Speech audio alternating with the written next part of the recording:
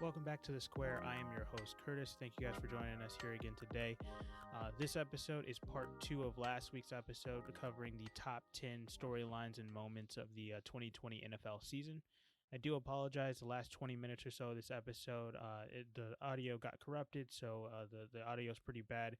But if you can endure it, there are some really good points within that. So you guys just sit back, relax, and enjoy the episode, and thank you for joining us. All right. Absolutely. Number 5. What do you got there as we're getting to the top half of these lists? All right, now this is the good, y'all. Now we're down to the top 5. So at number 5, I got Tyreek Hill. Oof. Yes, I know. At 5, oh man, this list is rough. Tyreek Hill at 5. This game goes back to Week 12 at Tampa. Before the wheels fell off here, a couple days ago, people. But back in Tampa. Yes. Okay, gotcha. I know It was Week 12 in Tampa. He's Tyreek Hill targeted 15 times, had 13 catches, 269 yards, 3 touchdowns, 10 yards in the first quarter? I think it was 200 even. 200 even. Okay, 200 yards, people, in the first 15 minutes of the game. 200 yards. I could have easily put this at number 1 just from a performance, and I'm a homer, but I'll put him at 5 because there were some performances that I felt actually eclipsed this. But he also had 8 receiving first downs on top of that. I mean, Tyreek Hill just in the first. I keep everything in me wants to say the first half, and I can't was the even quarter. first quarter. Oh my goodness! I don't even have nothing else to say. I remember because I didn't get a chance to actually watch this game. I remember this year. I did, and I was looking at other games, and then all of a sudden, I'm looking at my fantasy football app, and I luckily was not going against Tyreek Hill, but I just kept getting notification after notification after notification. I was like, what is happening right now? And then all of a sudden, I turn it over, I'm looking at it, and I'm like, did this game not just start? It's like, I'm like, it's only like 12:30. Like, this game just started, and I'm looking at the stat line, I'm like, 200. Is that game over? Did they start early? What is going on? To anybody that I say that is 35 years of age and older, you all are finna understand this analogy today. Oh, my goodness. Super Tecmo Bowl. Tyreek Hill, I mean, you know how they got this, the human joystick. And, Yep. Oh, my. Simple mode, easy mode, playing against the computer, playing against your little brother. You knock the controller out of this person's hand, and you just play the rest of the game like that. That's how this was that first the game quarter where it was went. just like overpowering to use Bo Jackson? That's actually Tecmo Bowl. So the first one. That's the one when they only got a handful of teams. I'm already doing a Tecmo Bowl breakdown here. But Super Tecmo Bowl came out, and then they had you every team in the league at that point with multiple plays, and you can change the plays. So it was much more versatile. I mean, this is pre-Madden, people. Yeah, that's right what I say before for my younger audience. These the numbers are Madden numbers. This is the Madden of the 90s. Okay? This is you go out there on rookie mode and you go and say, hey, I'm going to use this overpowering team with Patrick Mahomes and Tyreek Hill as my number 1 option.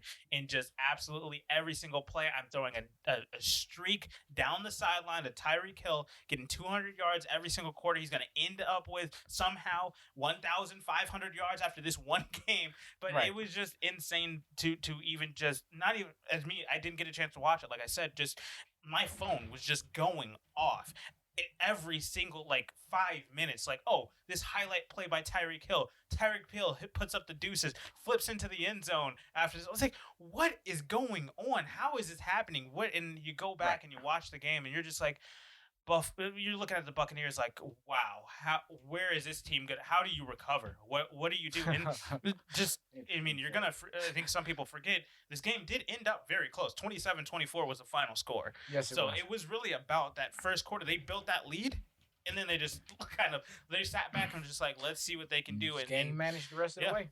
And that's and before anybody say, oh, that's what they did, and they're trying to, hate on the Chiefs, let's be real clear. Tom Brady has did this for a career in New England. Okay, stop it, people. Just stop it. We'll probably touch on the Super Bowl in another episode. So, this game here was fantastic, and so that's that's huge to have on the list there because Yes. that's an insane stat line. And it's at number 5. Yeah. 5. And, I mean, I guess it's time to talk about the Super Bowl because my number 5 is Tom Brady getting his 7th ring in this Super Bowl here. As my father here is a Kansas City Chiefs fan, we did watch this game together. Yeah, that was a sound made many times throughout the night on Sunday. I gave him the day yesterday. Didn't even text him. Didn't check on him. I knew he was I'm recovering. gonna give you this second. I knew it was hard to watch. I am a huge Tom Brady fan, so it wasn't as heartbreaking because I did have Kansas City. I did have money down on the Kansas City -2.5 line, and I definitely lost that one, unfortunately. But man, a game where, as an objective, unbiased fan of both of these teams, it was shocking. It wasn't an exciting game, unfortunately. That's really what I was hoping for. I didn't care if I lost my money on my bet with Kansas City. I was just, hey, I want to see a great game. And so at the end of the day, to have 40 points scored in a Super Bowl and for it to really never be exciting, it was kind of disappointing at that. But Tom Brady himself, just, you're looking at a team where they scored 3 touchdowns off of 3 turnovers. That defense had an historic performance, putting up pressure on Patrick Mahomes, unfortunately, where he just was never able to recover. That offensive line could not stop a nosebleed. I mean, there was JPP, Ndamukong Suh, and the Vita Vea just absolutely manhandling these guys on the offensive line, and Patrick Mahomes had to drop back 20 yards on every single play. So just Tom Brady to come out there and win his 7th Super Bowl, galvanize that Tampa Bay team to win the Super Bowl at home, saying, hey, we're not going to let us walk off this field as disappointed, as losers of the Super Bowl and whatnot. They came out there and they really did show up and show out in this Super Bowl game. So, I mean, I've got stats that we could run through if we want, but I want to get your thoughts on the Super Bowl and what you saw in that. Well, congratulations to the Tampa Bay Buccaneers, first off. Second, and not that anybody actually knows, Tampa Bay was one of my Super Bowl picks for the NFC. I will say, yes, we did talk about this a couple of weeks ago. I had New Orleans winning that game against Tampa Bay in the NFC divisional round. That didn't happen. I wanted Tampa Bay to win the Green Bay game because, again, I'm a Bears fan. I hate Green Bay. So I definitely did not want to see Green Bay in the Super Bowl. And I said Green Bay was probably going to win. You, from the beginning of the season, said Tampa Bay. You see them in the Super Bowl, so I got to give you credit there. Yeah, something I seen that I did not want to see as of a few days ago. Because by the time, I don't want to state the obvious. I mean, it's just, the Kansas City was just not, they wasn't 100%. I mean, Nobody's 100%, but Kansas City was really decimated on the offensive line. Travel, COVID, the polar vortex that's in the Midwest right now. Yep. If nothing else, I would never ignore these things as factors. They're factors no matter what. And you can see it on the field. Now, was that what caused them to have, Patrick Mahomes running around with like a chicken with his head cut off? Yep. Not exactly. However, but I digress. It was Tom Brady's 7th championship, and I have to say, and I'm not I'm not an anti-Tom Brady fan either. I'm just New England was never one of my horses. Yeah. But I do respect him. I had him in fantasy. Trust me, people. I know where talent comes from. Okay, so I found that out of his 7 titles, his 7 Super Bowls wins, that I find that this one is the most impressive. Yeah. I mean, switches teams over in the off season. Yep. No preseason. No mini camps. No OTAs. He comes in. He picks Tampa. I've heard the other people talk about the Tampa's the worst losing franchise, and it has nothing to do with Tom Brady coming in there last year whatsoever. I was absolutely shocked that he went to Tampa Bay at the time. Going back to last offseason when he made the decision, because it was not one of any of the talking points for any of these like major shows It wasn't when a it contender came out. whatsoever. Nobody said Tampa Bay at all. And then out of nowhere, in the week that he ended up deciding, Tampa Bay became a contender. And I was like, Tampa, where did this come from? Nobody's talking about it. Like, this wasn't talked about at all this season. And then out of nowhere, because we're talking about the Chargers, we're talking about him going back home to San Francisco, we're True. talking about all these other actual teams that, like, literally you're looking at like, oh, that's gonna be a Super Bowl contender no matter what. And then he chooses Tampa Bay, and I'm like, Right. whoa. Right, because we're so used to seeing, like, okay, you know, who would, like, let's use an example. Okay, it was the off season. You know, let's just go back a year. Yeah. And all of a sudden, you know, let's say, you know, just as an example, San Francisco decides we don't want to bring Jimmy G back. We're gonna do this. We're gonna do this. We're gonna do it. And all of a sudden, It made too much sense. right. And all of a sudden, Tom Brady ends up in San Francisco. Yeah. Okay. One piece away. That was, you know, it's an upgrade. It's not even a piece. It's just Yeah. an upgrade at a position that they were already decent in, and they moved on. I said that to say this. Same thing actually happened in Tampa. If you break down Yeah, if you Tampa's look team back at it, yeah. in the offseason prior to him coming there, all the pieces outside of 4 pieces are sitting there already before he got there. And it was just him and the next 3 pieces that proceeded after him that put them over the top. Yep. And the point being is they replaced Jameis Winston with Tom Brady. That's a win. I don't care what franchise you're on. That's a win. There's nothing wrong with Jameis Winston, but Tom Brady is Well, clearly... there's 30 interceptions wrong with Jameis Winston. That's the issue with Jameis Winston. But Jameis Winston can still be a starter no in the ill will league. against Jameis. Right. I'm just saying there is something wrong. Yeah, Jameis, don't call him into the show. I mean, yeah. Please do. I would love to have Jameis on the show. But Jameis, look, man, I'm just not about Jameis Winston. Okay. Yeah. So I mean, he comes over and he's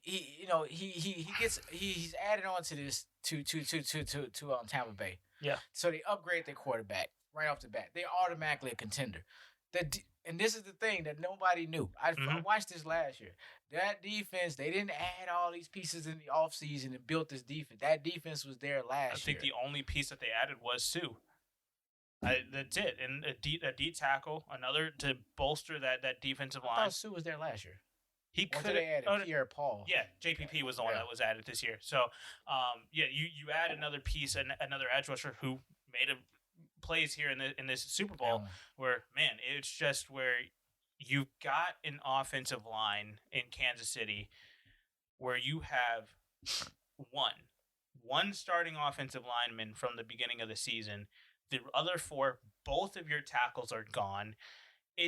As of 2 weeks ago. Yeah, there's no way. And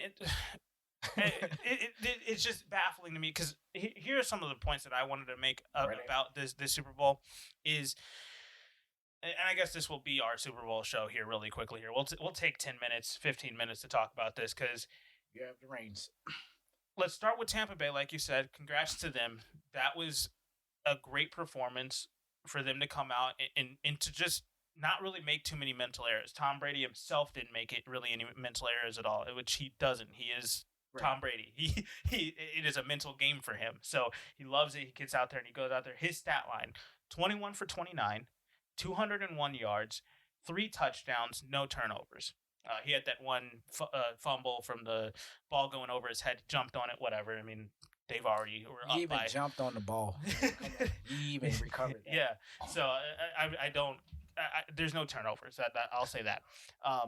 And then for their rushing attack, this is a Leonard Fournette new piece and Ronald Jones, who I and everybody else in the NFL world have completely written off as a guy who just isn't gonna be it for your team. Ronald Jones, he's not gonna be that guy.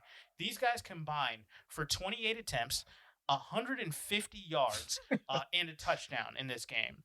They just kept the clock running in the second half. They did not. That clock, I don't think ever stopped in the second half. In all honesty, they just kept it going, and Kansas City really just couldn't do anything about them running the ball. Which they're not a rush. They're not like a rushing defense at all. In all honesty, that is their weakness throughout the year. And then, like I said, Tampa Bay had a historic defensive performance, and I just want to run through these stats for Tampa Bay's defense because this is ridiculous. 57 total tackles, 3 sacks, 5 tackles for loss, 2 interceptions, 10 QB hits, and this is the number that nobody has ever seen. I'll let you finish. I have the question. This is the number that nobody has seen in the Super Bowl ever before. 29 of Patrick Mahomes' 49 dropbacks were QB pressures. Over 50% of the time he dropped back, he was getting pressured.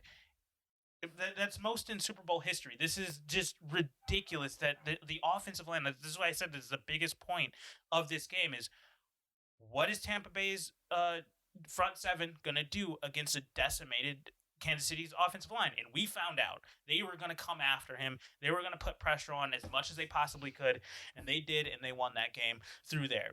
Now, what was your point? What was your question about the Oh, what was that one stat you said right before that one? So 10 QB hits. 10 QB hits. He had 3 sacks. Are you sure it was only 10? That's what my question was.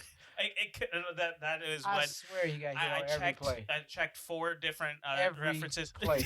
It was Pro Football Reference. I checked ESPN. I checked CBS. 10 was the baseline number. Everybody had that number. So I went with it. I didn't watch play by play every single offensive Kansas City play to see how many he had. But yes, that is what has been reported. 10 QB hits. Judges on the ringside got all the hits. But I mean, for Kansas City though, I mean, you're going to look at Tampa Bay had a fantastic game with those numbers there. Let's look at Kansas City side. You're looking at Patrick Mahomes having a rough night. He had 26 for 49 on his dropbacks there. 270 yards. Patrick Mahomes was playing well. I mean, they were driving the football down the field for the most part. No touchdowns. He had the 2 interceptions. And he also had 5 carries for 33 yards. He was their second leading rusher there. And in all fairness, I mean, there was 2 drop passes in the end zone that... I'm going to get to that. I'm sorry, I don't want to jump we will touch it. Yes. That is going to come up later for this. You got this. Go ahead. Yeah, Kansas City's defense, the penalties crushed them. All of their momentum kept getting stopped with these penalties. They had 11 penalties for 120 total yards. And like I said, the Kansas City O-line injuries caused just duress for Patrick Mahomes all night long. And for me, the second part, other than the offensive line not being able to stop all that pressure, was the receivers just kind of crumbling under pressure. There wasn't just 2 drop passes that night. There were 3 major ones. There was the number one in the first quarter where Tyreek Hill dropped that pass in the end zone right off his face mask. I keep going back and looking at that. Through his hands right off his face mask. Travis Kelce in the second quarter, early in the second quarter, as they were beginning to drive, there was a 3rd down play. I think it was a 3rd and 8, a little 10-yard out route for Travis Kelce. He dropped it, and that just completely shut down that drive. They had to punt that ball there. And that was where they had the punt where Townsend, whatever the punter's name is, he dropped the ball, picked it up, and then got off a absolutely massive punt. But then there was some penalty that was called, and I'll get to the penalties in a second here.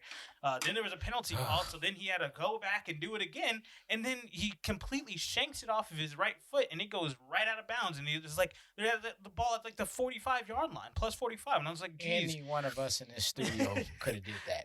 It was yeah, it was not pretty. And then we also had in the fourth quarter the late Darrell Williams touchdown pass drop again. So I mean, I am not going to blame Patrick Mahomes for this game. Like he said when he came out at the end in that interview, said that it was one of his worst performances.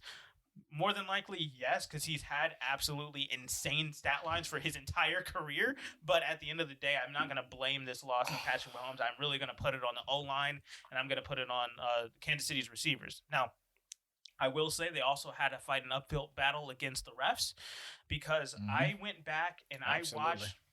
I rewatched the recap of this game about 5 times just to look at the major penalties that had happened, and it was grossly in favor of Tampa Bay. And this is I said this as we were watching the game together. I was like, this is the first time I've seen the Tom Brady effect in action because I've been blind to it for the last 10, 15 years. See, I remember you saying that, and I didn't even comment to that. I'm like, you really didn't see this? No, I honestly, this is the first time that I've really, single time he plays in the playoffs, this is what happens. Yes. And it's been told to you every single and you have taken a blind eye to this and have decided to see something else instead.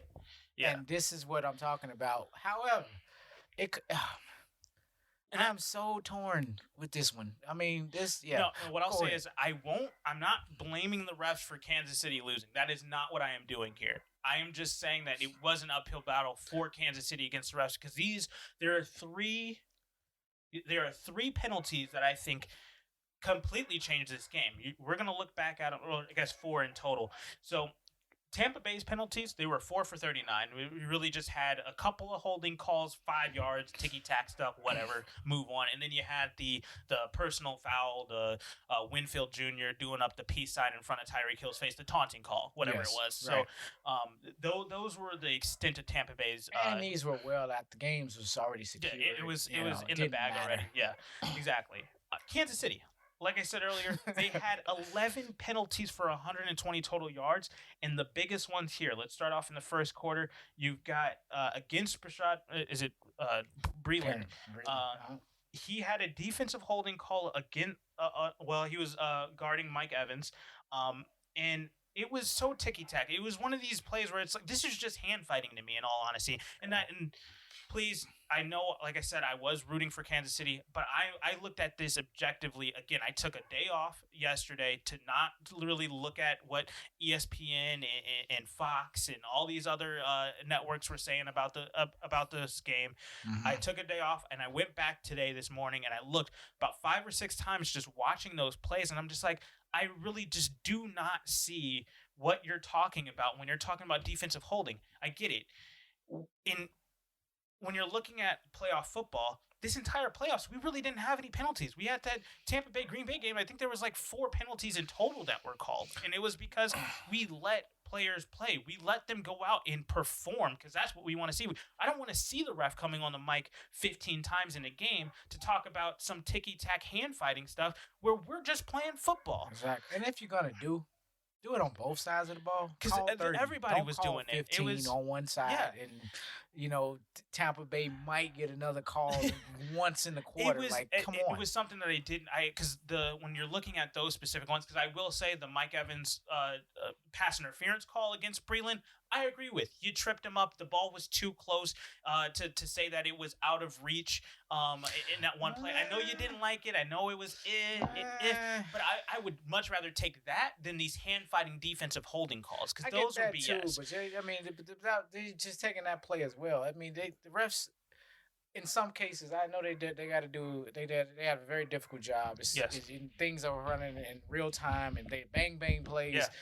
However, they have the wonderful technology of replay, which we can't do on pass interference anymore because of New Orleans. So let's move on from that. Let's move on. Yeah. So, but with that defensive holding call that happened in the first quarter, that was on a 3rd down play, and that kept the drive alive because now it's 5 yards and another first down, automatic first down, and that ended it with the first Gronkowski touchdown. Now, mid-second quarter, we got another defensive holding call on 3rd and 4 against Denzel, or is it Denzel Ward or Darrell Ward? Whatever. Yeah. Cornerback for Kansas City, Ward. Another one against while he was guarding Mike Evans. Mm-hmm. Kept the drive alive. But then we thought, okay, cool. They were only going to hold him to 3. We're going to kick this field goal here. But now we have offsides on the field goal. And now we have the second Gronkowski touchdown because now they got another chance to drive down the field. And so this is now 14 points off of penalties alone that continue to allow you to get down the field more and more. Tarvarius Ward. I definitely was never going to get that. Not even close. And now I guess I'm thinking of the Ward from Cleveland. But now in the late second quarter, we had another defensive PI call against Tyrann Mathieu. This was the one in the end zone where it was where I think he was going up against Gronkowski, or no, it might have been Evans again, where they called PI in the back, and I'm like, again, hand fighting. We do this on every play. If the offensive player engages in their fighting hands, they're slapping hands, you don't call pass interference, you don't call holding because they're both doing it. And now this is in the heat of the game, the heat of the moment, and on the biggest stage, you're calling these ticky-tack fouls that I can't get behind that because at the end of the day, we want to see these guys play. We want to see them perform. We want to see them overcome the hand fighting, the hand checking. We want to see the physicality of the game. I'm taking it a step further. You saying you don't want to see this. I'm saying we can't see this. These things need to go away in football because, as you can see, and I'm going to use this game, the Super Bowl, as an example. To some degree, that these penalties had a significant impact. And to that point, that's another Brown touchdown that ended on that drive. That was the Antonio Brown touchdown drive. And so now you're looking at 4 penalties in this game that ended up, instead of being a punt by Kansas City, possibly points on the board by Kansas City, you're looking at you're looking at Kansas City getting the ball back and a chance to score. You're looking at Tampa Bay scoring 21 points off of ticky-tack fouls, and that's where I'm just like, this is too much. I get, like I said, I completely understand. I will give you the pass interference call on Evans down the sideline where Breeland tripped up. He ended up tripping Mike Evans, and I get it. It was too close for the referee in that bang snenario to say in that real time that he could not catch that ball. Tripped and fell and hit the guy. Whatever. And they called it. Yes, it doesn't matter. I will accept pass interference on that call. And you in that play, in that drive, didn't end up in points. That it didn't have a significant impact on the game. But these ticky-tack ones where you're having hand fighting with Mike Evans, an absolute specimen of a football player, a giant wide receiver with strength, he's basically Gronkowski with more speed. Like, in all honesty, why are we calling hand fighting as defensive holding? Why are we calling these penalties? And it's, like I said, it's not to say that this would have, if those penalties weren't called, that now Kansas City's receivers didn't choke and catch these passes that they didn't. Right. No, I'm not saying that. But it does give Kansas City an opportunity on making huge plays on third down and saying, boom, we stopped them. We got the ball back. Now Patrick Mahomes isn't as cold. He can get back out here on the field. He can scramble as much and run as much for his life as he needs to, and hopefully now this gives Tyreek Hill, hey, let's get this thing going. Hey, Travis Kelce, let's get this thing going. Let's start moving. McCole Hardman, maybe he actually feels a little bit better now that they have the ball, and he actually reaches up for that pass that went over his head. It's one of those things where it has a cascading effect down the line against the offense when you're just constantly, the momentum is shifting right back to Tampa Bay after you make a huge play. Where that Tyrann Mathieu one where they called the holding on Denzel or Charvarius Ward, that was an interception. That was the interception that Tyrann Mathieu got. Exactly. And he's running it back the other way, and now we got the ball. Like that's a huge play. As it said, it's first down going the other way on, again, ticky-tack stuff. That's what I have an issue with, where it's not, where it's like that was an egregious foul that should have been called pass interference. It's not even something that was close, like the Mike Evans one where it was down the sideline for PI. It was something where it was clearly like, come on, that's just football. Let's play football. That's what we're here to see. But for some reason or another, if Tom Brady is on that team, it's the Tom Brady effect. This is what you see. Thank you. It's the Tom Brady effect. And congratulations, Tom Brady and Tampa Bay. But I really think that there was a robbing that went on in the Super Bowl, big time. And this is, I'm not an anti-Tom Brady hater or anything like that. So everybody relax when I'm going to say this. And it's going to make sense when I'm done saying it. And you're going to agree. Trust me. But Tom Brady should not have been the MVP in the Super Bowl. And it wasn't even close to how he should have been. And with that being said, it's not even an offensive player that should be the MVP, in my opinion. That entire Tampa Bay defense should be the MVP. JPP, Ndamukong Suh, and Vita Vea should have all co-MVPs for this game. That front seven was absolutely amazing. I mean, bring in a Devin White for that co-MVP as well. Bring in whatever other linebacker you want to. Winfield Jr., bring him in. He had a fantastic game.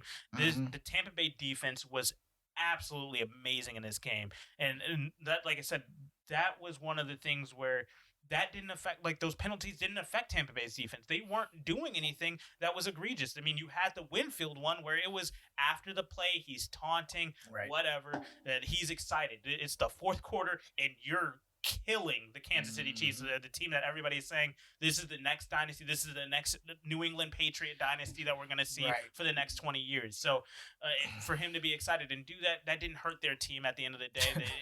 They got a 15-yard penalty on the kickoff, I think it was. So it's just like, let's.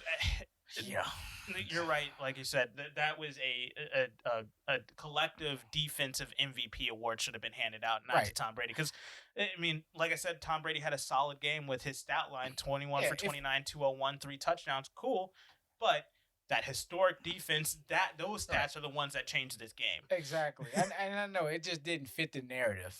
You know. I digress.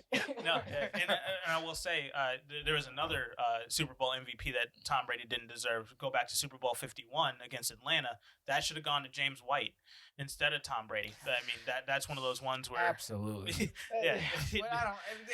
We could, and that could be another I mean, we can do a Tom Brady segment. Yeah. Just do an opinion piece, and I mean, I think I have some very subjective. I mean, subjective. Some very objective views on unbiased. They are subjective, but I think they're my opinions. But I think that there will be people can agree and be able to tolerate what I'm going to say and see the fairness in what I'm going to share. I'm just going to share an observation more so than an opinion, but it's what I've seen, as opposed to how I felt about it.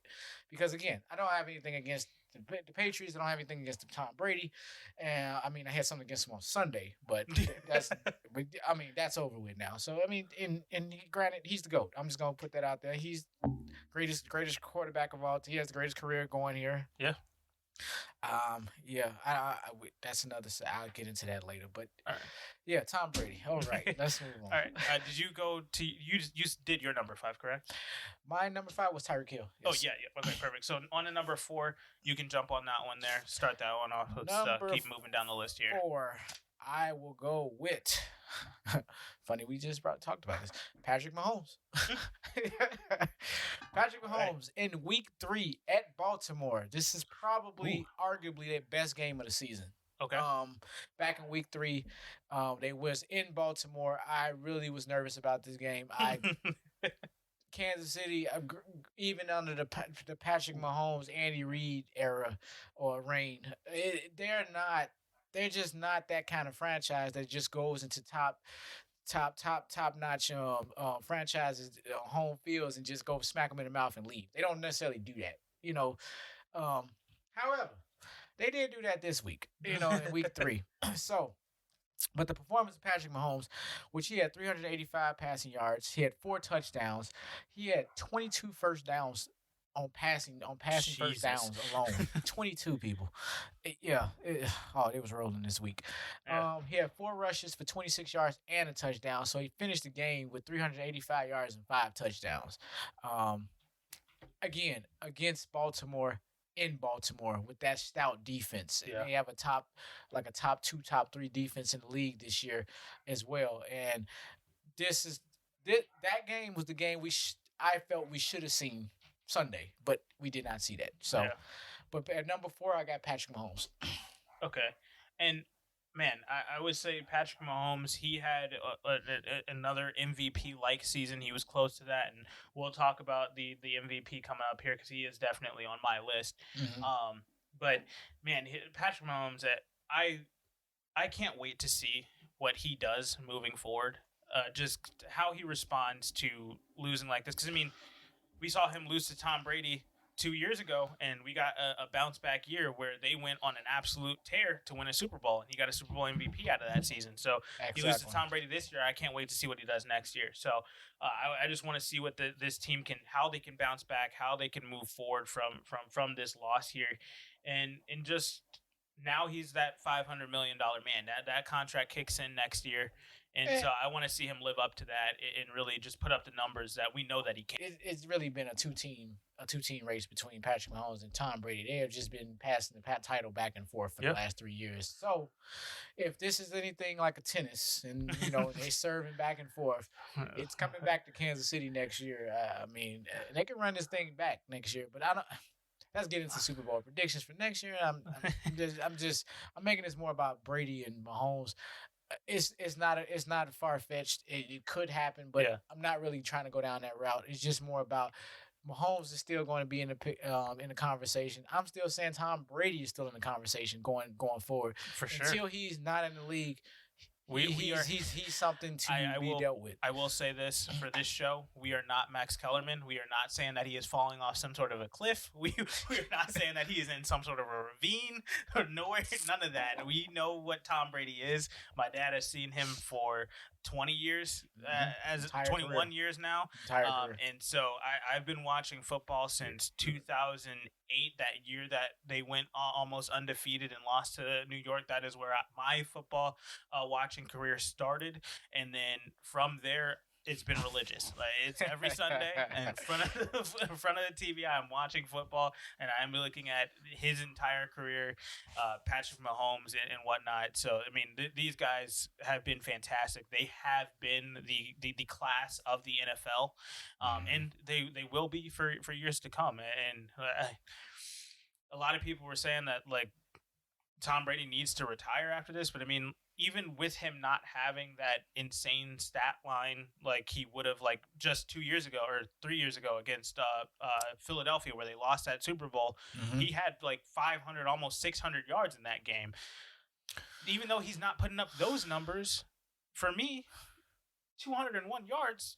I mean, in the Super Bowl, on the biggest stage, I'm taking it. I love him in that position. I love him as a game manager, if you will. But he's the GOAT. Yeah, exactly. And that's the thank you. You should have just started with he was the GOAT, because when you can have 201 yards, but when you have 3 touchdowns and a absolute dominant performance, when you galvanize your team, that's not game management anymore. When you, this is what impressed me about Tom Brady in that game, in the Super Bowl game that just passed. I know we've moved on from that, but Right. when we're talking about Tom Brady as a whole and moving forward, it's the fact that as for the whole team, the defense gets a stop, they get you the ball back, whatever it may be, however that happens, and you're looking at your offense, and you say, hey, we need to score now so that they come out more, they get some rest right now, and we take some time off this clock so they can breathe, and they can get back out here and do it again.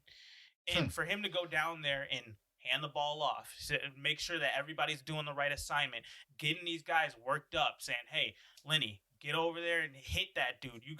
He came out, and Leonard Fournette was hitting guys. He was putting that shoulder down and moving forward. Ronald Jones, again, a guy that everybody was looking at and saying, this dude does not need to be in the league right now. He needs to take a break. Ronald Jones does, because it just did not look like the NFL was for him. He comes out there, and he's laying down his shoulder and moving forward, and moving piles of guys that are – this is the Super Bowl, the biggest game where everybody's giving their all, and they are going down there, and they're just doing everything that they can to run some time off the clock, continue to get that defense as much energy as they can to come right back out and put up the numbers that they did. So I know we moved on from the Super Bowl, but I just had to say that when we were talking about Tom Brady. That's funny. I mean, I took out all of that, the Leonard Fournette part. Y'all realize that Leonard Fournette, I mean, it could be debated.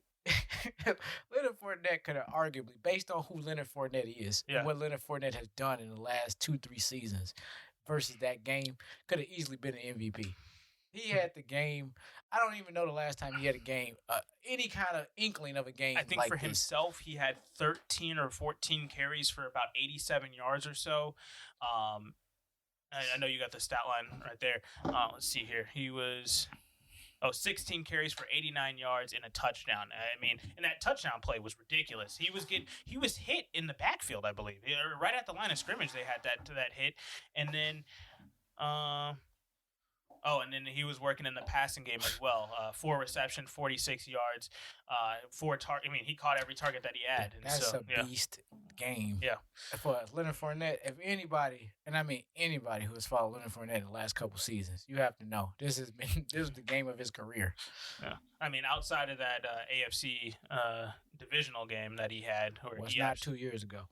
I know. I'm just saying. I know. Got you. That's what I was saying. It's just, we had a Leonard Fournette sighting that was, I mean, for the ages. Yeah. I mean, if you really follow Leonard Fournette, it's really bad career. It's not been pretty from Jacksonville. So for him to have this game here, it was exciting to see. So I mean, let's now put Tampa Bay in the Super Bowl to rest. We'll leave that alone for the rest of this show here. Yeah. For me, my number 4 would definitely, and because like I said, my list here is more storylines for the season, and I have to commend for the first 2 months of the season, and I wish that it would have been for the full season. We would have saw more of this, but for the NFL to step up and actually allow their players to talk about social justice issues and putting that at the forefront at the beginning of this season, I have to commend them for at least that.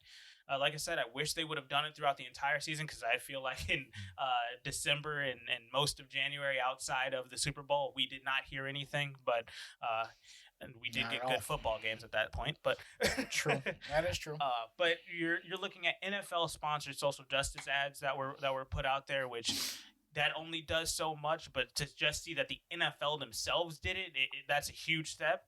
And then also my thing for the NFL, when they allowed government to come in and use the stadiums as polling sites, and now they're opening up their stadiums for COVID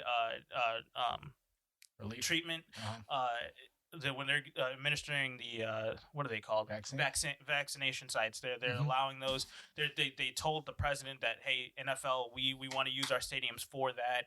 If you guys are interested in using them, and I know Joe Biden in the Super Bowl, he talked about that. He said that he was definitely interested in letting his COVID team know, hey, please go use the NFL as a resource here. So for them to do that, I think that's huge social justice and just allowing these things to move forward and let their players just come out and use their platform as a voice to raise awareness. That was amazing. So I will say that was one of the storylines that I definitely was encouraged to see. I would love to see more of it throughout the entire season and moving forward. But definitely that was a step in the right direction. Definitely. Yeah, this past summer, and not going to go too deep into that. Everyone knows how the summer went down, but definitely for social awareness, and that definitely it all hit a boiling point this summer, and so for anyone walking around non-conscious, non-aware, naive, head in the sand. I find it very hard pressed to be able to pull that off in this day and age, because, and then with COVID, it's just, and with all these quarantines that's still going on, it makes it very hard to get away from these topics. But as you were saying, like the NFL made made the gesture and sided with the social with social justice issues finally, and changed their views, and because we had the Kaepernick situation, of course, which that's a whole nother conversation.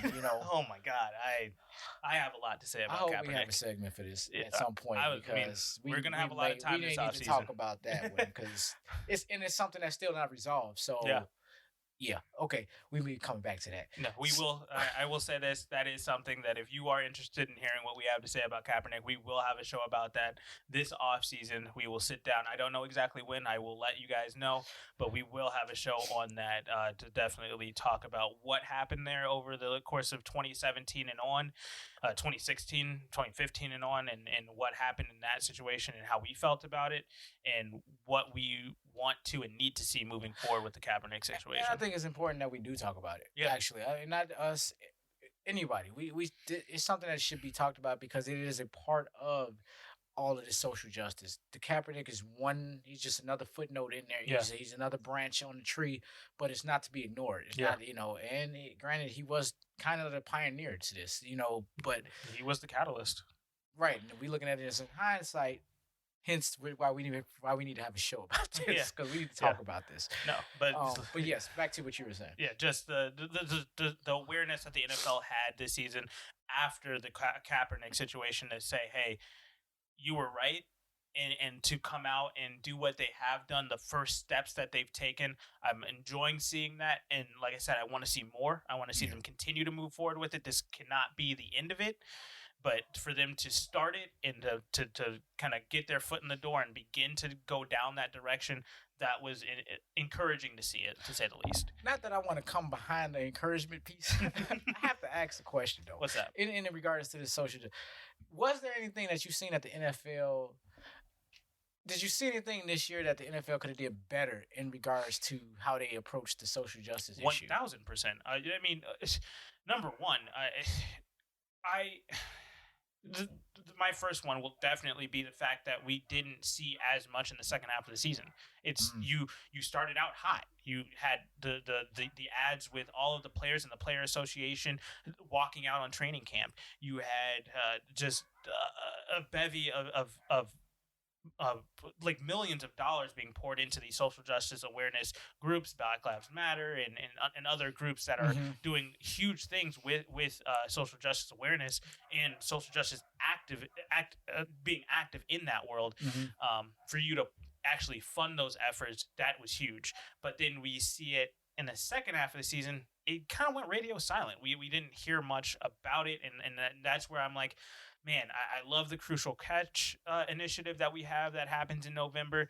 Once, honestly, it felt for me once the election had happened, we kind of it felt like the NFL was like, okay, we did our part for this season. And I'm like, I really wish you guys just would have kept going with it, with more ads, more awareness, just wherever it could have came from, just continuing to make that effort, continuing to put it at the forefront of all NFL fans' minds. Hey, we need to make sure that we are aware, and we need to make sure that we are taking steps forward to continue to be going back into the right direction and fixing what's systemically wrong in this society. So that's the number one big thing that I wish. And there's thousands of other things that they could have done. What shoulda, coulda, woulda. You could have had one of those moments. But I mean, that's the number one thing for me, is the fact that it kind of felt like election happened, November 3rd happened, and then it felt like, ooh, okay, that's it for this year. Let's see what we can do next year. And I'm like, let's see what we can do more now. Let's do it now. So that's that. Quite a different take from that. And it's something that's not even as grand as what you shared, which you and I actually liked your point that you brought up. And I was hoping you said, no, I was hoping you were going to say something to the nature of, well, I could like to see them do this and that, as opposed to, no, I think they're doing it fine and they're doing great. No, there's a lot to be done here. Yes. So, and granted, again, that's why I said, I know this is going to sound crazy coming behind the praise, but you got to we got to give you all the full picture here. So, or the backside or the flip side to this. For me, it was this one thing, and it came at the beginning of the year. It's funny you said that it was nothing. You've really heard nothing in the second half. Well, I want to trim it down even further than that. My issue started and ended in week one with the social justice issues. And this was the whole, there was this grand popping circumstance about the Black National Anthem. And we're going to play this Black National Anthem. And I was like, oh, that sounded great. However, there wasn't a period in that sentence. It was a comma. And they kept going. They said, and we're going to do it for week one. That's where the NFL lost me on this. What do you mean fair. Week one? Yeah. Like, why is that like, because right now, what it speaks to me is it's telling me it's a PR stunt now. It's not so much about, and this was at the heart. I mean, this is the beginning of the season. So this is we're still really in summer. So we're in the heart of this. And that was the best they could come up with. I think what Jacob Blake shooting had just happened. Yes. Is it that's because that's where the whole walking out on training camp started. Yes. So when that had happened, I was just like, because to give you guys reference, we live in Minnesota. We live in the Twin Cities. I am literally just outside of Minneapolis. So when the George Floyd situation happened and Breonna Taylor had happened, at first, that was outrage with the Breonna Taylor situation. And Minneapolis is a very progressive city. So we saw people marching at that point. And then George Floyd happened and we had riots. It was absolutely insane. Insanity. Yeah. And rightfully so. I think that's one of those things where you're going to get a lot of people that are saying, oh, the riots, this, that, and the other, and that there's no place for this, that. And I'm like, well, we wouldn't talk about it if we didn't. So, Right. That's like I said, we will have a whole episode on this. Yes. And it'll go in much more detail going back to 2016, 2015 when it started with Colin Kaepernick. So, that's that. But when I do agree with you, especially when that's a great point about the Black National Anthem, for that to Right. be a PR stunt in total honesty, it's definitely something where we could have saw more of the NFL taking a initiative on it. Exactly. And I'm going to conclude because I'm not going to go too hard on these points because we will talk about this again. I just want to bring up this one point. And the reason why I brought it up was because definitely for the reason as to what I shared. But the other thing and what made me want to bring this up tonight was the fact that I wasn't thinking anything about the Black National Anthem. Just minding my own business until the Super Bowl. Yep. And all of a sudden it came back out.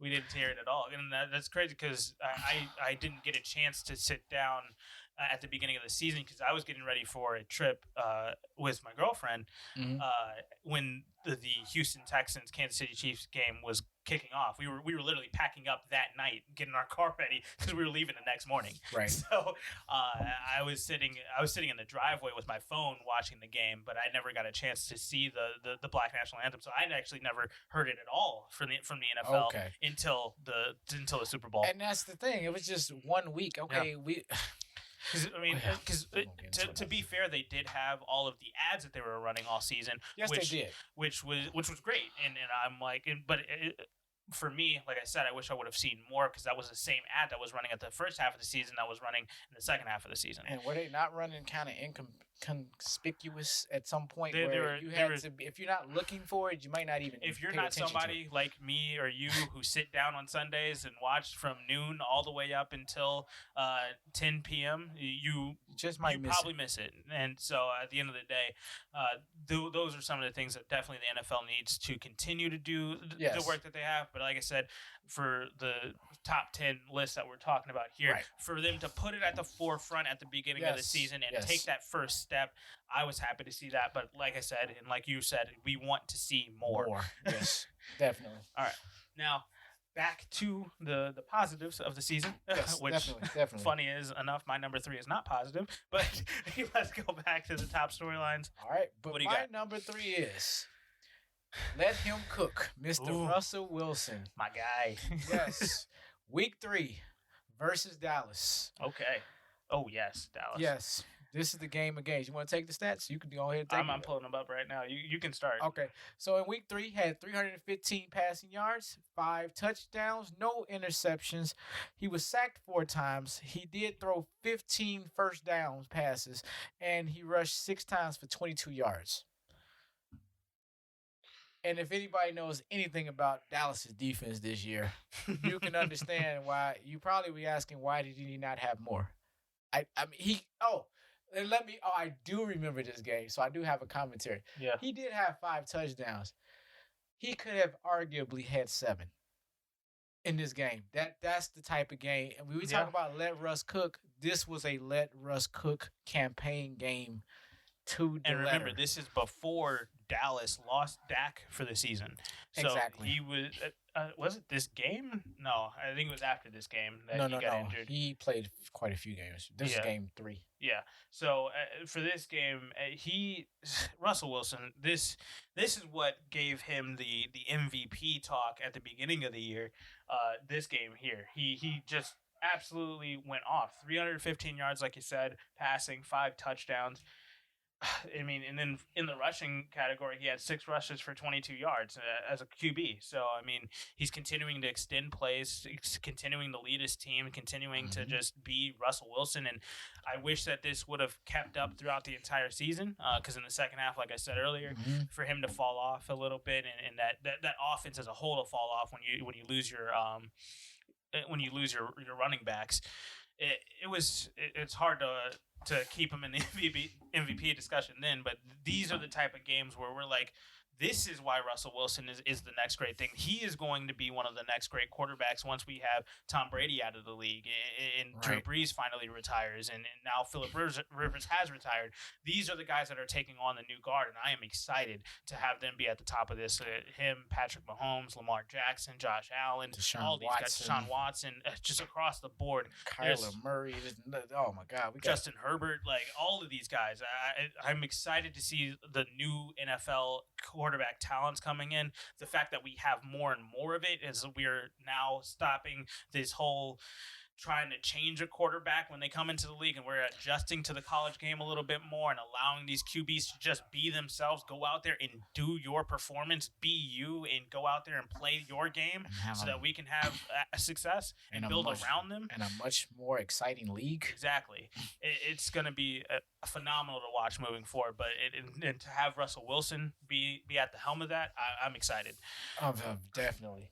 You already know Russell Wilson is near and dear to our hearts in the studio. So, we are Russell Wilson supporters here. So we're just letting y'all know that. Go Hawks.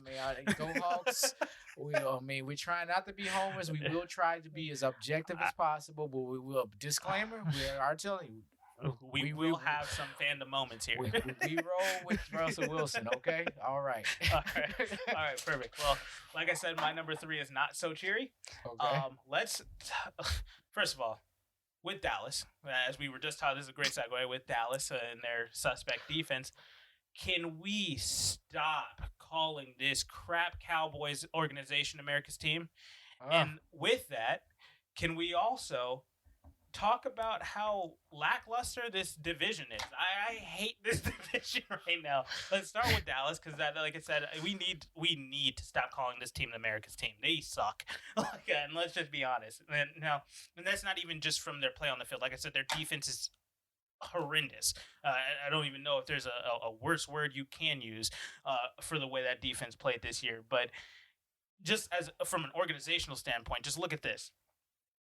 From the beginning of the season, you extend the franchise tag out to Dak Prescott. So you failed to sign him for a long-term deal.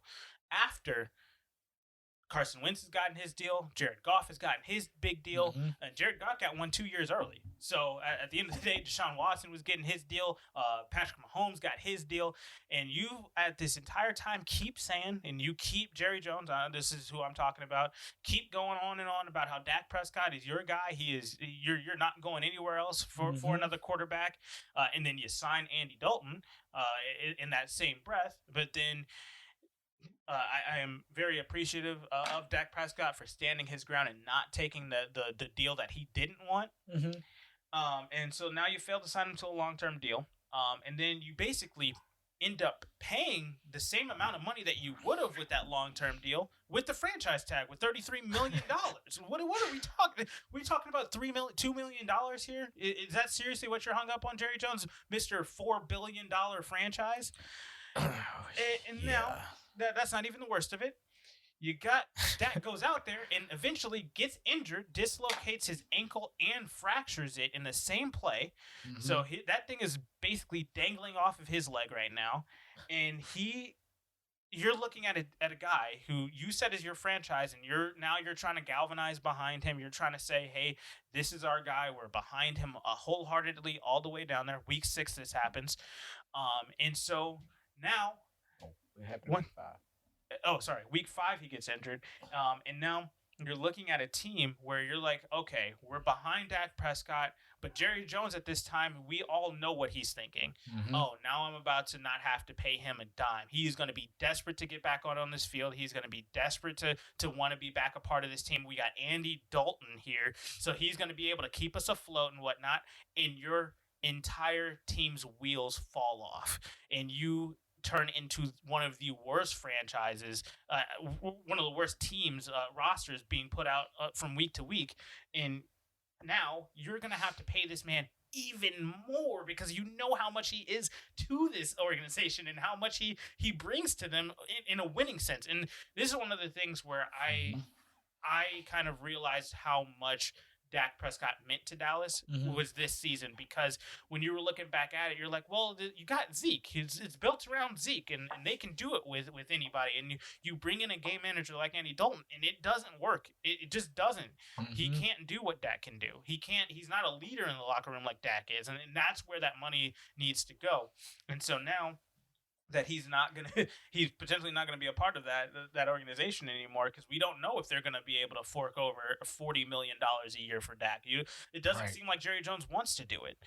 Clearly, he doesn't. He if you did, you would have done it last year, because you don't need anything else. I don't think you needed to see anything more else for you to give him that money. And I think with the injury happening and the way that the season ended up playing out, with all of the samples that we have with the games of Andy Dalton, clearly this team is only going to be able to win with Dak Prescott. Absolutely. So you say America's team. Well, the term is only given to these. I mean, yeah, I know we use it a lot, and we always say this. Oh, why the heck is this? We need a new America's team. Well, it only got the term only because it kept showing up on TV so much, and there was familiar faces in a non-social media world. I do not care. This team, just as a point of reference, I understand why. I get it. I get the politics. I know what Jerry Jones does for this. Because considering, however, we was going to determine America's team. I mean, wouldn't we think the Patriots would be America's team? I mean, I don't care who America's team is. I just know it's not Dallas. That's at the end of the day. It's been, because I've heard it time and time again this year. Everybody keeps talking about how they're going to be back next year, and they're going to do this. Is every year for the last 25 years, longer than I've been alive. I've been hearing Dallas is going to be. Do you understand why? Because they haven't won since the 90s. Because they're America's They're team. not. They suck. Nobody likes them. It's just an empty title. I was so happy when they were eliminated from the playoffs.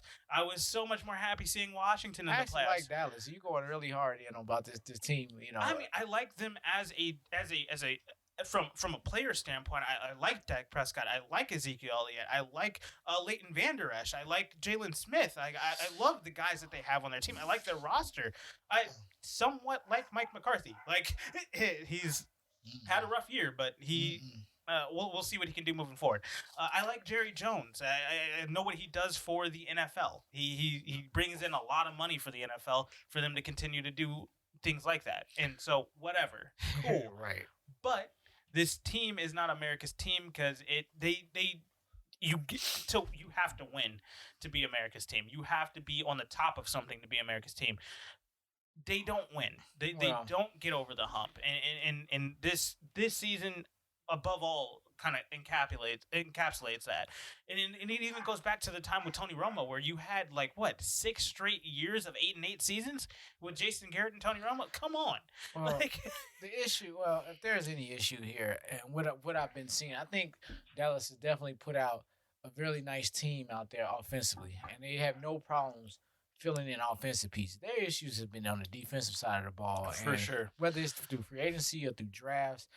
I'm not saying that they're necessarily grabbing the wrong person or drafting the wrong person or picking up the wrong free agency, but what I am seeing them doing, they're not picking up enough. They wherever they start, they seem to stop there, and they don't build on what they're doing. For me, I think the free agent stuff, Jerry Jones absolutely needs to give up the GM title. If you want yourself to get another Super Bowl before you pass away, as you're now 90 plus, come on, you're gonna have to give up the ties to this, because you can't do it. You haven't done it in 25 years. And if you measure those Dallas teams back in the 90s, defensive teams, in comparison to these defenses that we've seen in the last 10, 15 years, it is nowhere near. It's not even on. It's not in the same stratosphere, atmosphere, galaxy, whatever unit of measurement you want to use. It ain't even on that. Okay, it's night and day. It's completely different. It's not. And I'm saying that to say this: it just seems that Jerry Jones is not his first priority is not to this defense. I mean, he likes the shiny new toys. He likes the bells and the whistles. He wants to win, but the only way that you can win is if you give up the GM duties. You're not going to be able to do it yourself. You can't build this team. You've tried for 25 years. You haven't been able to get it done. I'm sorry. I'm not to rag on Jerry Jones as a GM or anything like that. It's just a fact of the matter. You have not been able to get it done for 25 years. Give it up. That defense needs a ton of help. Dak Prescott is you messed up. That should already. If that was any other GM owner relationship in the world, if that was Bill O'Brien and whatever that was with the McCaskies and Ryan Pace would have got fired immediately for that situation. Like any other GM ownership duo they would have called it right there. When you didn't get it done with Dak Prescott for 3 years now. It's just, it's time to move on. So they need a new GM there. Like I said, the second half of this point is the NFC East as a whole being the NFC least now. Mm-hmm. I mean, Philadelphia, they don't have any idea what they're doing. If you just kind of go down the list of their failures this last season, yeah, you drafted Jalen Reagor instead of Justin Jefferson, clearly. And there's a video out, and it's absolutely hilarious. If you go on YouTube, you got to go watch this. It's in the midst of the draft. You're looking at the GM for the Minnesota Vikings. They're talking about going and trying to see if they can go grab one of these late round QBs to try to see if we can develop them or something like that. They were possibly going to be the ones to draft Jordan Love, but the second that Philadelphia came out and said they're taking Jalen Reagor, they were like, "Oh God, I thought they were going with Justin Jefferson. Go get him on the phone. We'll go put that draft pick in right now." The second that it happened, so that was already the number one failure by the Philadelphia organization just this season. And then going back to seasons before that, you've completely crushed the confidence of your quarterback that you've paid over $100 million to in Carson Wentz by the whole failure with the Nick Foles situation. That's something that we can talk about another day. I have a whole theory on what happened there, because they obviously Doug Peterson and Carson Wentz haven't talked about it yet, but I think I know what happened there. So we can talk about that another day. And then you failed to produce a healthy team. I mean, Jalen Reagor was injured before he even got to see the light of day. You had Alshon Jeffrey was injured. Deshaun Jackson was injured. Like, they didn't have any weapons to start off the season. Like, how do you had the exact same situation last year at the end of the year, and you repeated it going into this? How did you do that? Like, where is your training staff? Where are your trainers? Where are your doctors, your physicians? All these guys that are supposed to be doing everything to prevent. It wasn't COVID. COVID for them. No, it had to be. No, it was injuries. No OTAs. No preseasons. It was ridiculous. Granted, the other 29 or 30, 31 teams had the same thing, but they grossly could not handle the COVID situation, I guess. And if that's the case, I'm just trying. I know I'm oversimplifying here, but who knows? It's a mystery. Like, but then moving forward, then you prematurely move on to Jalen Hurts. He had a fantastic 2 weeks, then fell off because he wasn't ready. Jalen Hurts was not ready to be the quarterback. And so now you have this QB controversy because now you had Jalen Hurts have 2 good weeks and everybody's looking at those 2 weeks. But the rest of the season, he wasn't all that great. So you're not sold on him. You're not sold on Carson Wentz. Carson Wentz doesn't want to be there now. He's $100 million that's going to be dead cap space at some point because now you've crushed his confidence. You've crushed his trust in you as an organization. And he doesn't want to play for you now.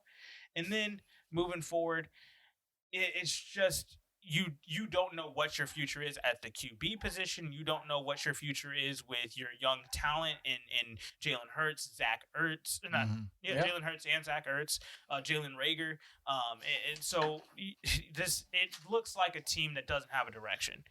I mean, you don't know if they exactly. I don't want to basically regurgitate what you just said, but yes, agreed 100%. And then when you're looking at this, like I said, this is about this division as a whole. When you're looking at Washington, a team that doesn't have a name, and the New York football team. When you're looking at Washington and you're looking at the New York Giants being the actual hope for this division, now you know you got some issues because you're still not sold on Daniel Jones and them in New York, like that offense as a whole, and their offensive line and their defense as a whole. Like, there's questions all across the board there. Their coaching staff, they're the ones who ended up with Jason Garrett as their offensive coordinator. Okay, what is that going to be like? Oh, how are that going to move? How is that going to be moving forward? And then Washington, they've got a bright spot with their front seven with Montez Sweat. You got Chase Young. You got other young talent on the defense in Washington. But then offensively, I mean, obviously, like I said, I love Alex Smith, but they don't know if they want to move with him moving forward, if they want to hit the reset button, refresh with Ron Rivera, and see where they want to go moving forward. You got Taylor Heineke, that new kid who just played fantastic against Tampa Bay in the playoffs. So you got some controversy there as well. There's just this entire division has no direction at this point. So it's just, I don't like the whole America's team for Dallas. I hate the division just is in shambles right now. It's looking pretty dismal for the entire division as a whole right now. Impossible question. What's up? You know, life, everything's on the line here. You got to put it all on the line. Who are you going with in the NFC East next year? Who's taking the division? That's the Super Bowl for this division. Yeah, it's. I probably have to go with Washington. They have the best situation right now. You've got like I said, you have a bright spot on that team with Chase Young and Montez Sweat being their pass rushers on the outside, and the front seven as a whole is actually pretty solid. But then, depending on what they're doing at quarterback, I would love to see Alex Smith come back and be that starting quarterback there. Put some pieces around him.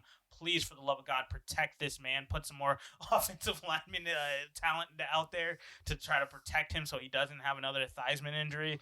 But yeah, if that is the case, I could definitely see Washington taking that next step, moving forward, and potentially creating some buzz in the playoffs. Even I mean, they had a great game in the playoffs against Tampa Bay in the first place, so I don't see why they couldn't take that next step. But there's going to have to be steps taken this offseason for them to be even in the conversation about it. So they have the best opportunity in this division, but there's a lot of work to be done.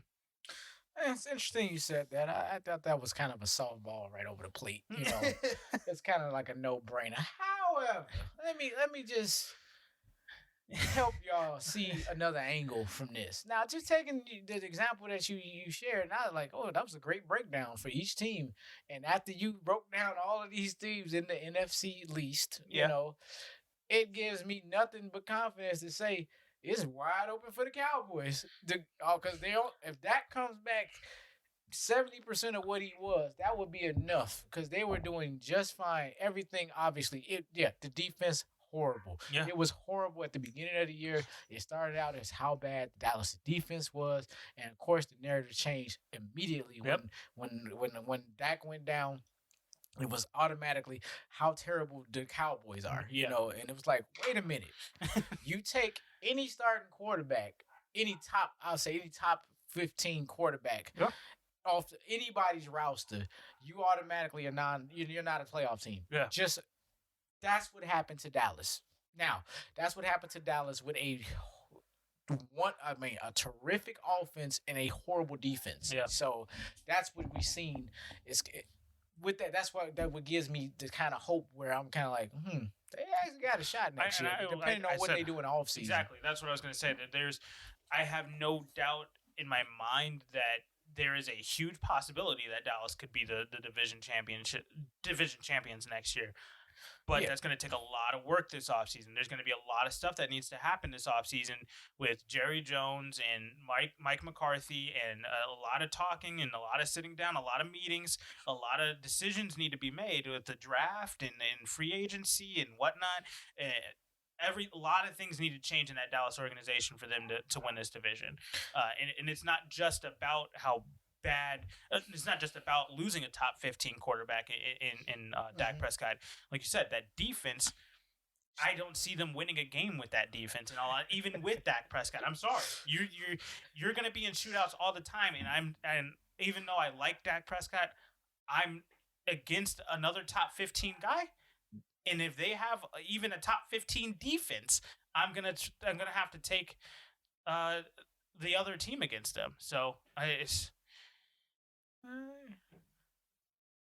Yeah, you got a point. Yeah, so, I mean that's all I'm saying is that there's going to be a lot of work that needs to be done, and I haven't looked at the numbers or anything like that, but I know the salary cap's going down next year. Mhm. There's a lot of money invested in that defense that's already bad. I'm like, you spent a lot of money, and you're like what, the 31st, 30th defense in the league. They were last. They were dead last. They were dead last. Yep. So you have the worst defense in the league when you've spent a ton of money on that defense. How?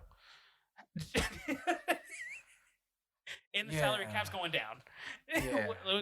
There's going to be a lot of finagling that needs to be done. There's going to be some trades. If Jerry Jones can pull it off, this is going to be what makes Jerry Jones' GM situation. This is where it's going to come down to this year. I can see us circling back to this later on in the offseason. Oh no, we will. Definitely. I already have. Have that on the docket. It was just an early preliminary question, but a lot more to come from this, and I guess we can. If we don't take anything else from this segment, we could take this, that we absolutely understand that it will not be Philadelphia or New York. That's all I got for that.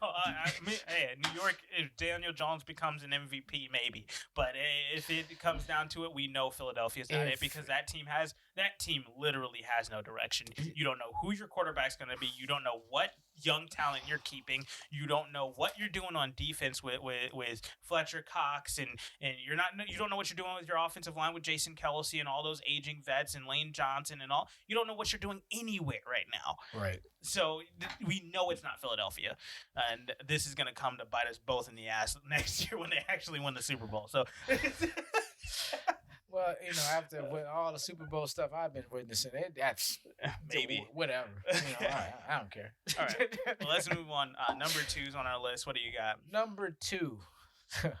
Okay, since we're gonna segue right into this, I got Dak Prescott. Okay. Week 4. This is right before the injury. Yes, right before the injury versus Cleveland. Okay. He had 502 passing yards, 4 passing touchdowns, 1 interception, sacked 3 times, had 1 fumble, and 29 passing first downs.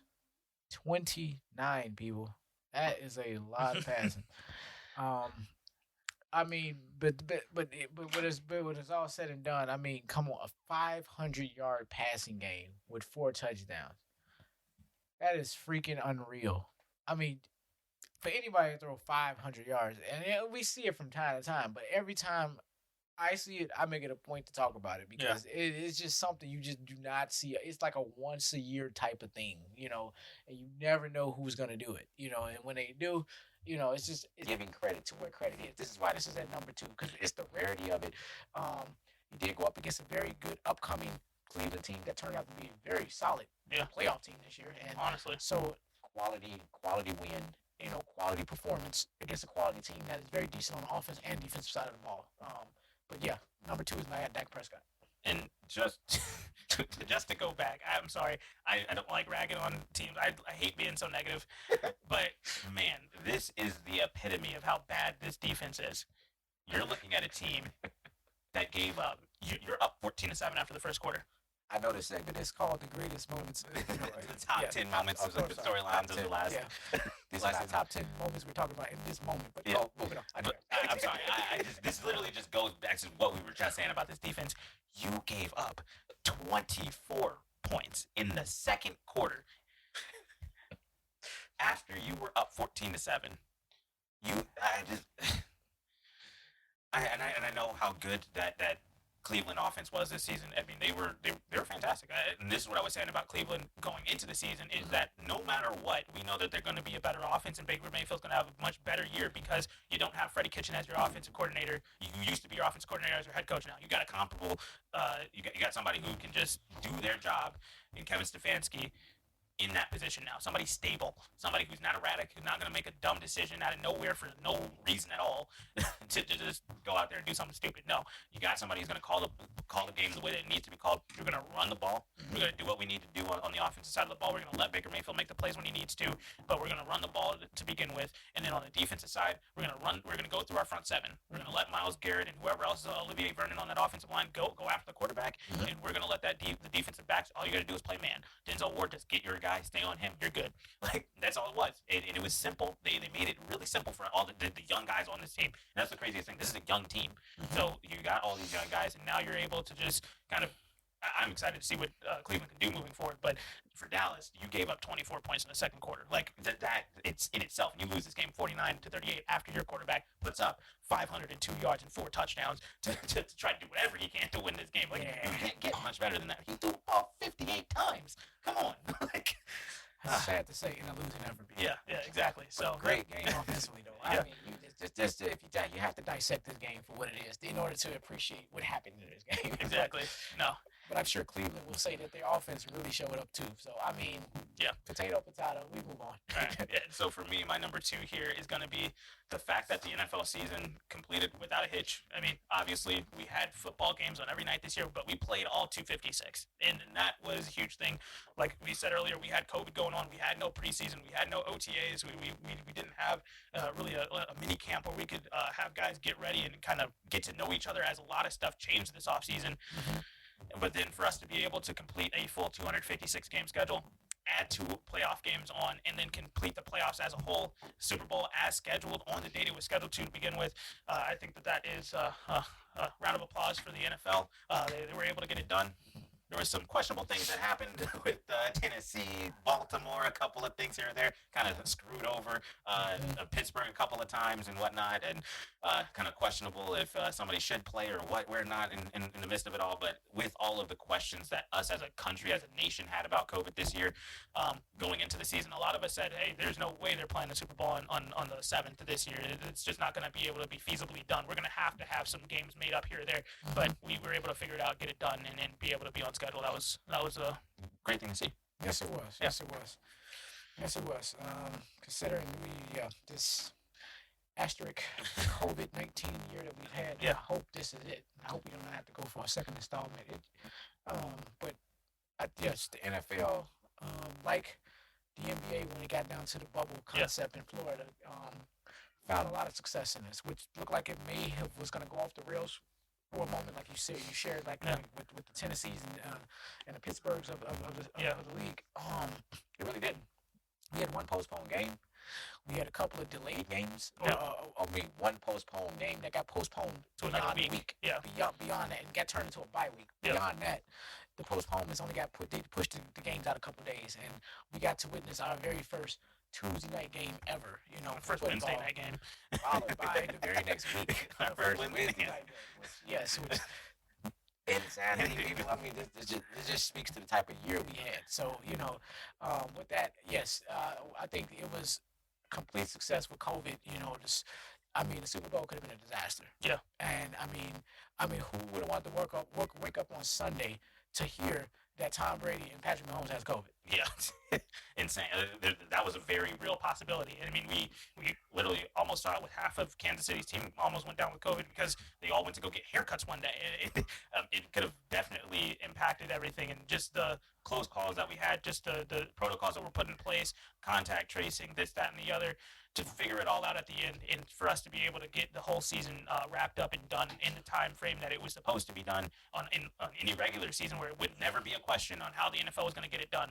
Where there's a will, there's a way. Roger Goodell, props to him. I know he gets a lot of crap from year to year on every decision that he makes, but he's the NFL's villain. But he did kind of lead this entire league this year to figure it all out and get it all done. So props to him. NBA-wise, props to Adam Silver, getting those decisions made and getting that all stuff sorted. And it's definitely, unfortunately, it looks like we're going to have some sort of COVID impact next year as well. But as long as we're now more prepared for it, and with vaccines coming and on the way, hopefully we can have a more normal season next year, where we're not going to have this, like, the overarching question and the thought in the back of your mind saying, hey, well, maybe we won't have football this week or anything like that. Hopefully we can just kind of focus more on the football itself next year.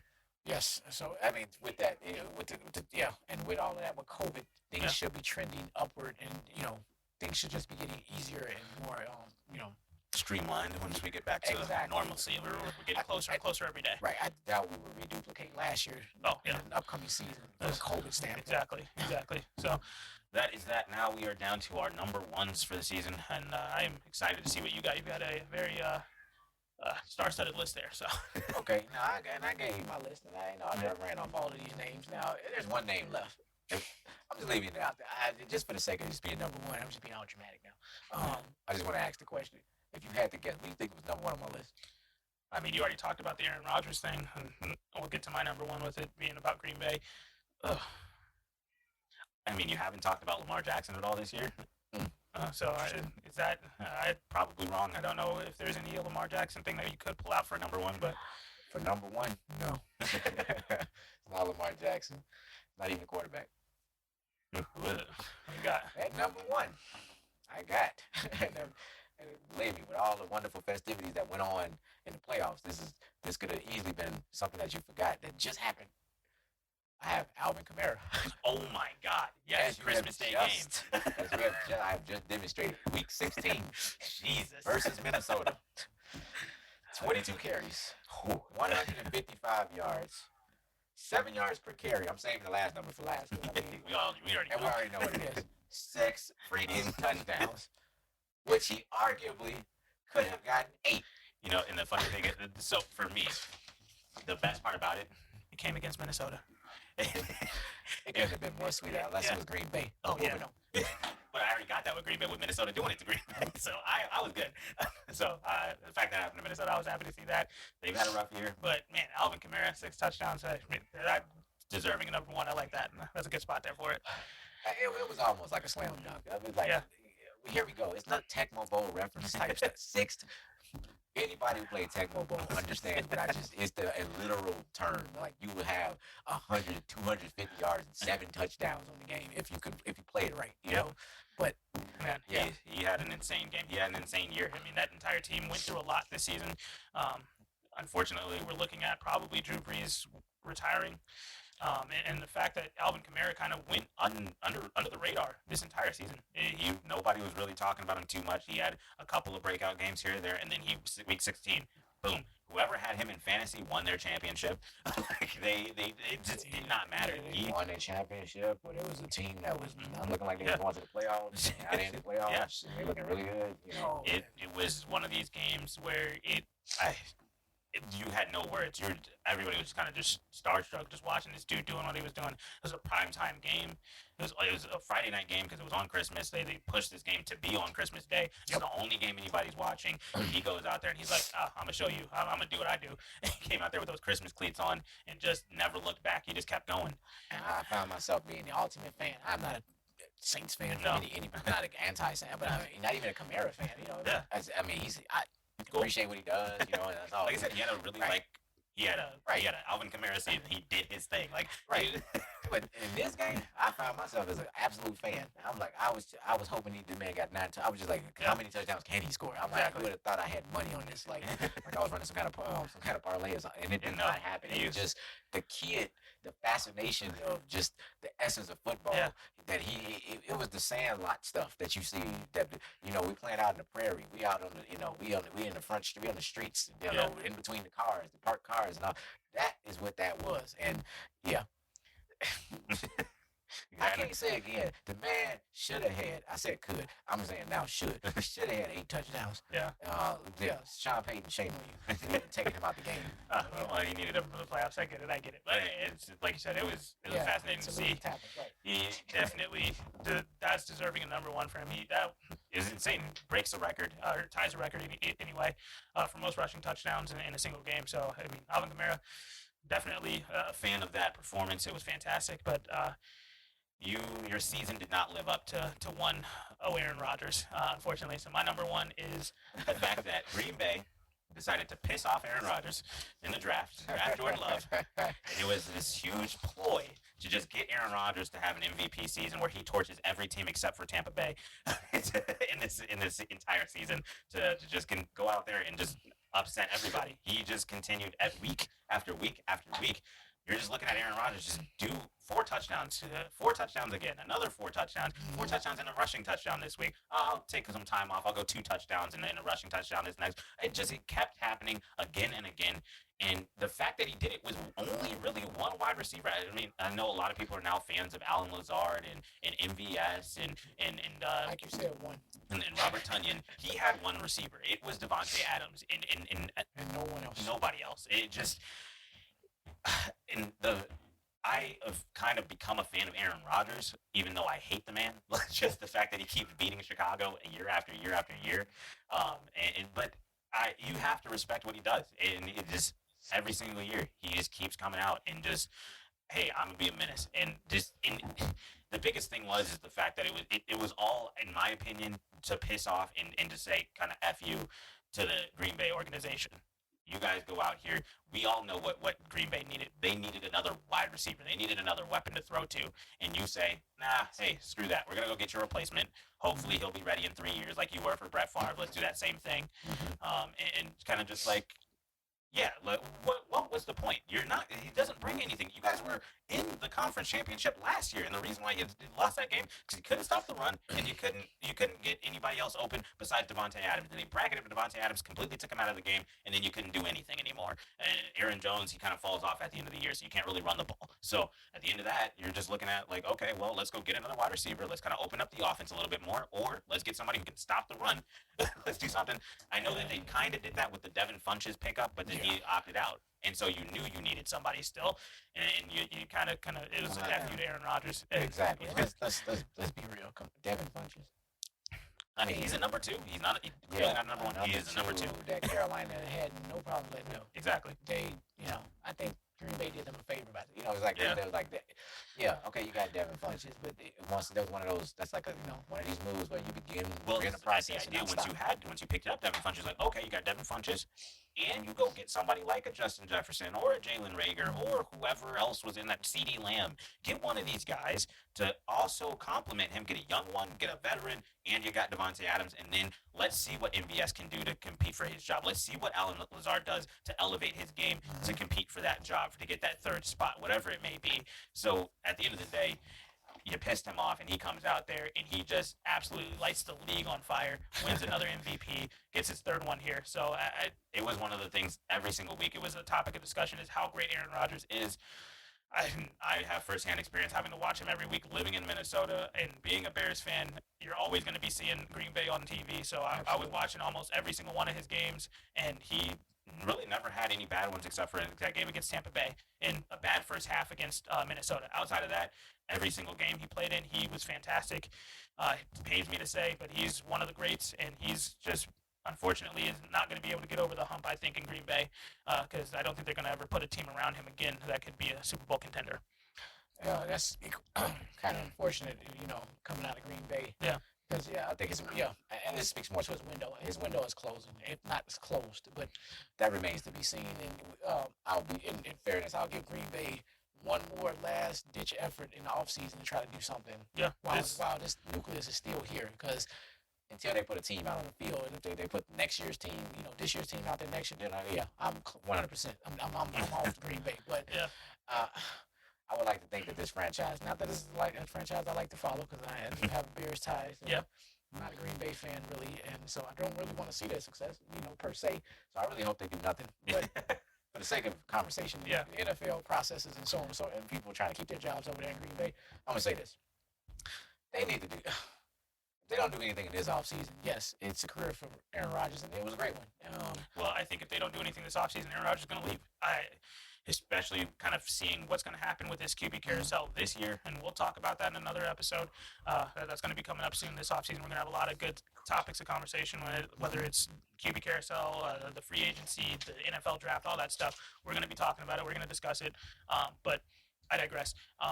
When it comes to that, whatever happens this year and whatever openings there are next year, if they don't do anything, if they don't take another step to get him into the Super Bowl at least next year, I think he's gone. Because at that point, after next season, he's going to have a cap hit that doesn't actually completely hamper that team's dead cap space, or it doesn't put too much dead money on that number. Plus, on top of that, he's gonna. If you don't do anything this year, I don't think there's going to be what would be the point of you doing something the year after? You're not the guaranteed money's already been paid.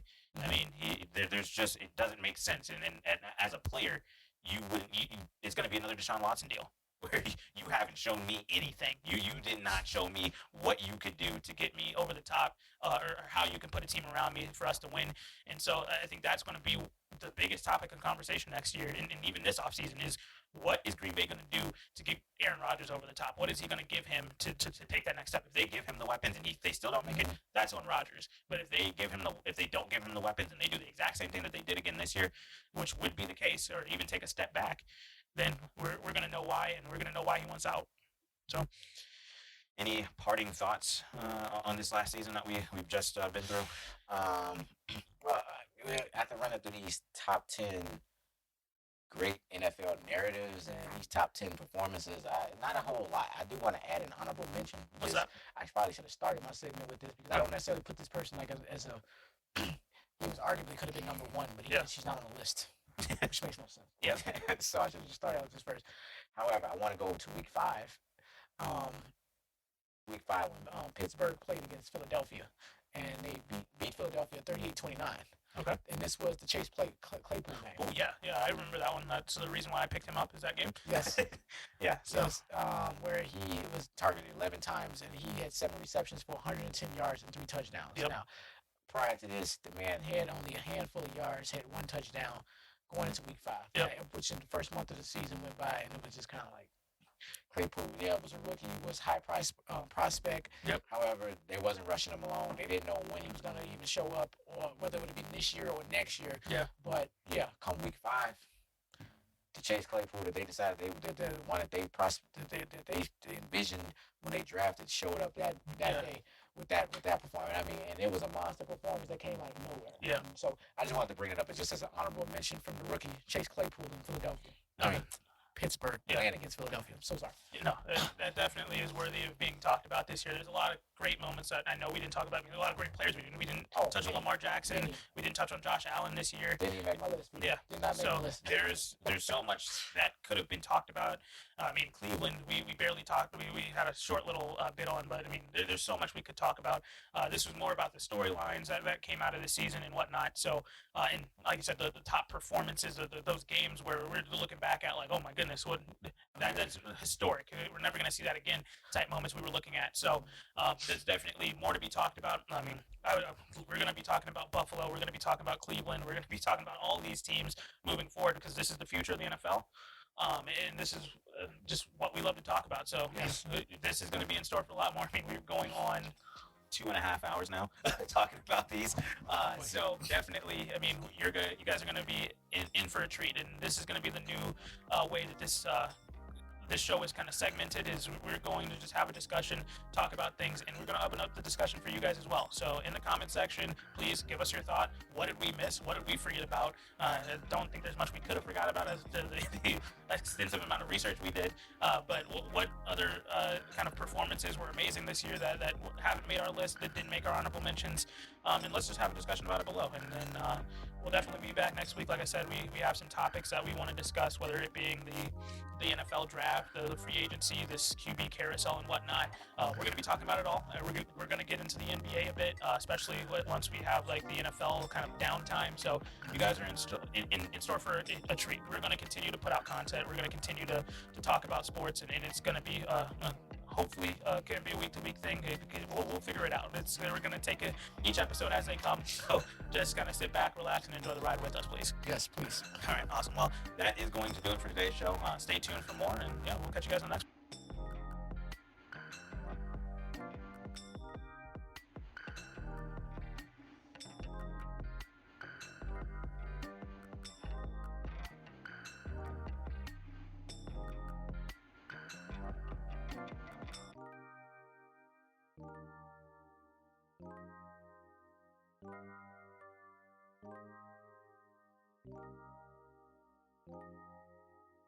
Thank you.